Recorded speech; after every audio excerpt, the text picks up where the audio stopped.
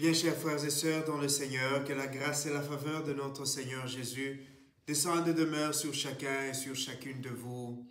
Nous voici encore aujourd'hui ensemble pour parler de Dieu, pour parler de la parole de Dieu. Et avant d'en parler, je continue et je tiens à vous remercier vraiment pour votre présence. Je tiens à vous remercier pour tout ce que vous continuez de faire pour notre chaîne, pour cette grande famille. Aime et sois patiente. Merci pour les likes. Je vois que ça commence à monter. Vos likes commencent à augmenter chaque jour et c'est une joie. C'est un plaisir pour nous tous que nous continuions comme ça de grandir. Continuez de liker, continuez de commenter, continuez de partager les vidéos, d'inviter d'autres personnes que vous connaissez à s'abonner. Bientôt, nous serons à 1500 peut-être.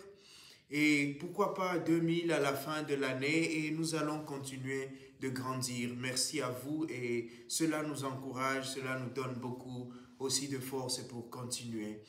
Aujourd'hui, nous célébrons le 23e dimanche du temps ordinaire de cette année liturgique A. Et il y a un rappel de notre vocation chrétienne. Comme chrétiens, nous sommes appelés à vivre ensemble, appelés à marcher ensemble comme une famille. Et aujourd'hui, l'exemple que les Écritures nous donnent, c'est l'exemple d'un exercice qui devient de plus en plus difficile dans notre communauté. Quand je parle parfois aux parents, parfois des amis, des enseignants et beaucoup de personnes, de jeunes, de vieux, c'est le même refrain qui revient. Beaucoup se plaignent de ce que le monde est devenu.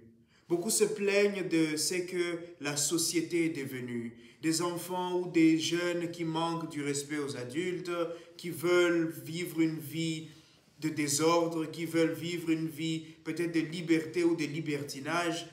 Nous vivons dans une communauté qui est décrite comme une communauté qui essaie un peu chaque fois de soutenir ce que beaucoup peuvent appeler des antivaleurs. Nous vivons dans un monde où le mensonge est devenu une norme et tout le monde croit que c'est comme ça. Nous vivons dans un monde où parfois les parents pleurent à la place des enfants, où les autorités parfois ne s'occupent pas de leur population. Que les gens meurent, que les gens soient heureux, personne ne s'en occupe. Que la ville tombe, que la ville ne tombe pas, ce n'est pas un problème. Et nous sommes dans une situation, comme qui dirait, de chaos. Et dans cette situation, beaucoup se plaignent, beaucoup se demandent où va le monde, où allons-nous, où va la jeunesse, quels vont devenir nos enfants demain, ce que nous entendons, ce que nous voyons sur les réseaux sociaux, sur les médias, tout ce que vous voyez comme des challenges sur différents réseaux sociaux et qui poussent les jeunes à entrer dans une manière de faire, dans une dynamique qui, au fond, à un moment, est à l'encontre, à l'opposé et même est hostile aux valeurs chrétiennes, aux valeurs humaines que nous défendons et que nous voulons protéger. Et donc, dans tout ce monde-là, beaucoup se plaignent. Et c'est normal, et c'est légitime. Et beaucoup se disent, quand je demande, mais pourquoi vous vous plaignez? Il dit, Père, mais on essaye de faire le mieux. Je suis dans tel mouvement, je suis dans telle œuvre de charité, je suis dans tel mouvement civil. Mais je dis, écoutez, les enfants qui sont abîmés aujourd'hui, si je peux dire ainsi, ou bien les revendications que nous entendons, ou bien tout ce qu'il y a comme destruction autour de nous, vient de quelque part. Tout cela a des causes. Et peut-être les causes, si nous remontons, une des causes majeures, c'est que notre société aujourd'hui a perdu le sens de la correction fraternelle. Nous ne savons plus nous dire la vérité en face. Comme dirait les bilingues à Mwinda, si tu m'aimes, dis-moi la vérité en face. Nous avons perdu cette habitude-là. Nous avons perdu cette grâce-là, cet exercice-là de la vie en communauté. Parce que quand nous vivons ensemble, nous sommes des personnes différentes. Quand nous vivons ensemble, chacun a son caractère, chacun a sa manière d'habiter le monde, d'habiter la communauté. Et certaines manières sont plaisantes, d'autres peut-être pas. Certaines personnes agissent de manière à ce que d'autres sont mal à l'aise. Et aujourd'hui, Jésus vient nous rappeler, les Écritures viennent nous rappeler que nous avons le devoir, comme chrétiens, de dire à nos frères, d'aller voir nos frères, de leur dire, mon frère, ça ce n'est pas bon. Mon frère, ici, tu peux corriger. Mon frère, tu peux être mieux que ça. Nous sommes appelés, c'est un devoir chrétien. Et la première lecture nous rappelle que Dieu nous posera la question sur cela. Qu'as-tu fait de ton frère? Aujourd'hui, on peut se plaindre, le monde va mal, tel enfant est devenu impossible. Je parlais l'autre jour à un parent, il dit, mon fils est devenu impossible. Je dis, mais est-ce que tu lui as parlé? Il me dit, père, même si je lui parle, il ne va pas écouter. J'ai dit, attends, est-ce que tu lui as parlé? Il dit, mais les autres, ses oncles lui ont parlé, ses frères. J'ai dit, écoute, ma question, elle est simple. Est-ce que tu lui as parlé? Il dit, non, père, de toutes les façons, même si je lui parle, j'ai dit, voilà.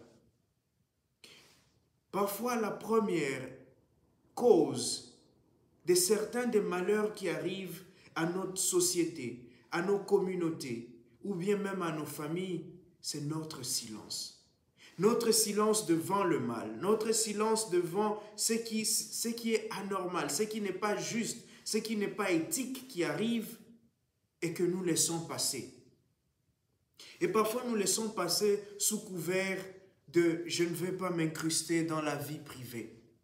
Nous faisons passer sous couvert de « c'est sa vie, il n'a qu'à faire ce qu'il veut ou elle n'a qu'à faire ce qu'elle veut de sa vie ».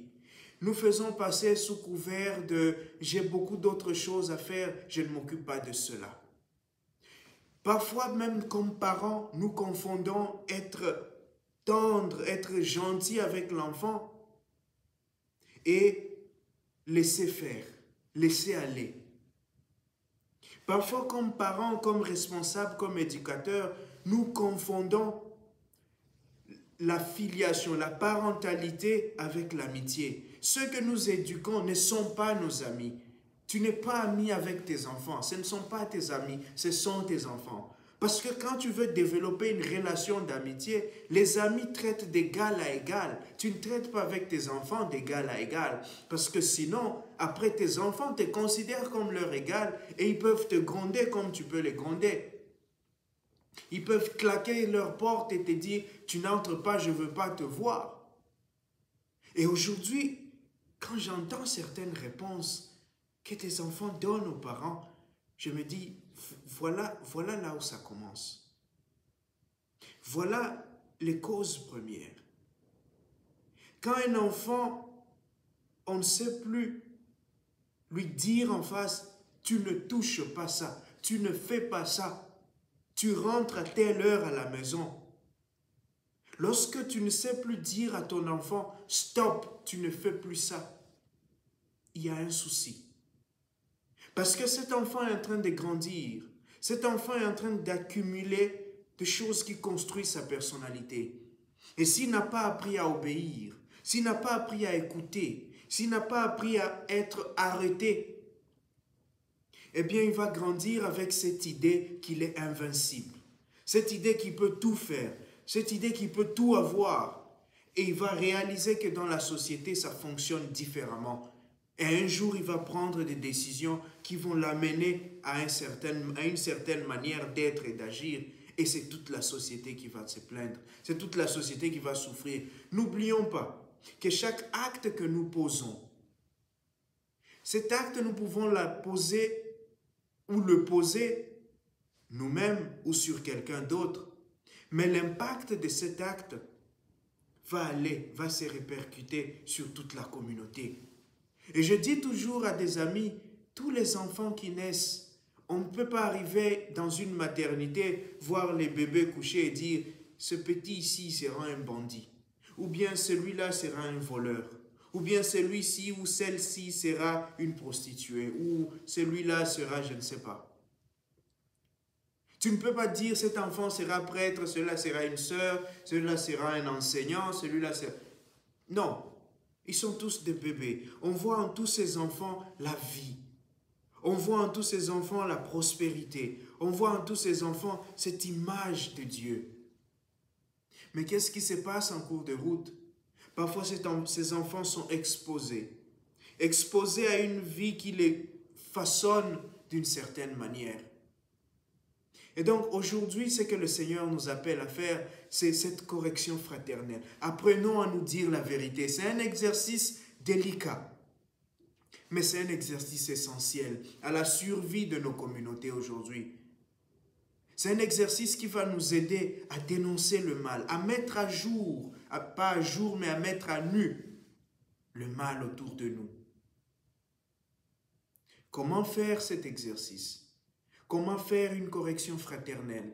Jésus nous le dit aujourd'hui. Va voir ton frère, parle-lui seul à seul. Et quand je veux le voir, c'est avec humilité. Je sais que moi-même, je suis une personne pécheresse. Moi-même, je suis une personne pécable. Et donc, je sais que quand je veux voir mon frère, ce n'est pas sur un piédestal. Je veux lui parler. Je veux lui dire ce que tu as fait. Ça m'a blessé. Tu as blessé la communauté. Tu as blessé d'autres personnes autour de toi.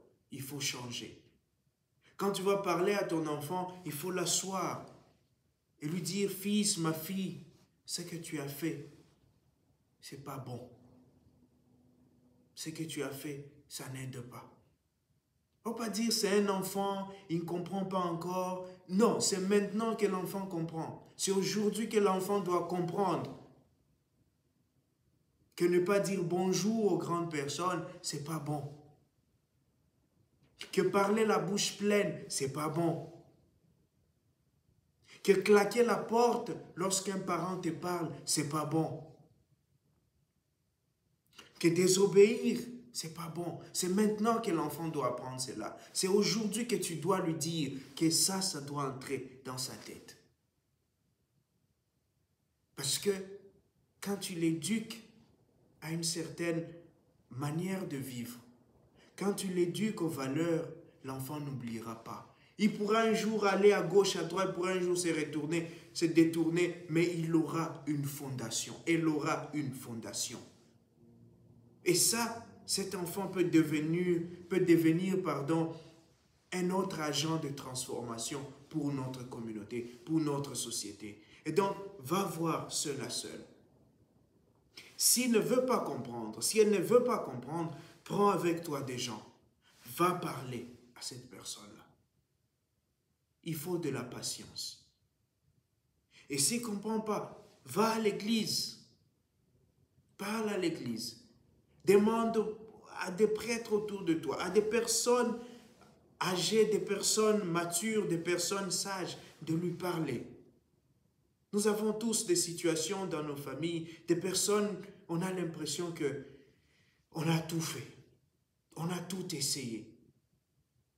Et la bonne chose, c'est qu'elle nous rappelle encore la première lecture aujourd'hui, c'est que si tu vas le voir, si tu lui dis, et que la personne refuse d'échanger, tu auras fait ton travail, tu auras fait ton devoir. Mais la question c'est, est-ce que tu as fait ce devoir-là? Il ne suffit pas de crier dehors. Il ne suffit pas de crier, d'aller dans le mouvement de marche, de manifester contre l'injustice, contre cela. Commence par chez toi. Les injustices qu'il y a dans ta maison, les injustices qu'il y a dans ta communauté, les injustices qu'il y a dans ta famille, commence par dénoncer cela là-bas. C'est plus facile de crier dehors dans une masse, dans une foule et de transpirer. C'est plus difficile d'aller voir quelqu'un en face pour lui parler. D'aller voir un frère, un supérieur, un prêtre, un évêque. C'est plus difficile. Mais c'est cela. Parce que cela, je pense, a beaucoup plus d'impact. Et Jésus dit, s'il ne veut pas entendre même l'Église, alors considère-le. Laisse-le entre les mains de Dieu. Il n'y a plus que Dieu qui peut le sauver ou lui sauver ou le convertir. Mais je sais et je foi que si tu vas voir un frère et que tu lui parles avec humilité et que tu essaies de l'aider à comprendre et à changer, les gens peuvent changer. Nous pouvons changer. Et donc, mes frères et mes sœurs, quand nous prions aujourd'hui, prions pour nous-mêmes, afin que nous puissions avoir un cœur ouvert aux critiques, un cœur ouvert au conseil, un cœur ouvert aux reproches. Ne nous cramponnons pas sur des choses comme ça ne te regarde pas, c'est ma vie privée, je fais ce que je veux de ma vie. Ça n'aide pas, ça n'aide pas. Restons ouverts au conseil, restons ouverts aux critiques, parce que celui qui veut changer, celui qui veut aller loin, il écoute. Et il essaye de méditer, de discerner et de voir qu'est-ce qu'on m'a dit. Qu'est-ce que je peux faire de ce qu'on m'a dit? Et c'est comme ça que nous allons changer. C'est comme ça que nous pouvons changer notre communauté. Tout ce que nous voyons comme anti-valeurs, commençons à la maison. Commençons par instruire les enfants dès qu'ils sont petits. Faisons-leur comprendre qu'ils doivent vivre des valeurs. Que ce n'est pas parce que tout le monde fait quelque chose que cette chose-là est bonne. Ou c'est pas parce que personne ne fait ceci que ceci n'est pas bon. La valeur reste la valeur, même si personne ne l'applique. Le mal reste mal, même si tout le monde le fait. Que le Seigneur nous aide. Que le Seigneur nous vienne en aide. Parce que le combat peut être dur. Et dans la société dans laquelle nous vivons aujourd'hui, nous savons, le combat peut être dur et rude. Il n'est pas facile de changer, mais il n'est pas impossible. Nous savons qu'avec la grâce de Dieu, nous savons qu'avec l'aide de l'Esprit Saint, nous pouvons changer. Nous pouvons aider d'autres personnes à changer et à revenir sur le droit chemin. Nous pouvons aider nos frères et nos sœurs à comprendre que le chemin de la gloire, le chemin de la vie, le chemin de la réussite, c'est parfois aussi un chemin d'humilité. C'est parfois aussi un chemin d'écoute, un chemin de transformation. Que le Seigneur nous donne ses grâces aujourd'hui et tous les jours. Amen.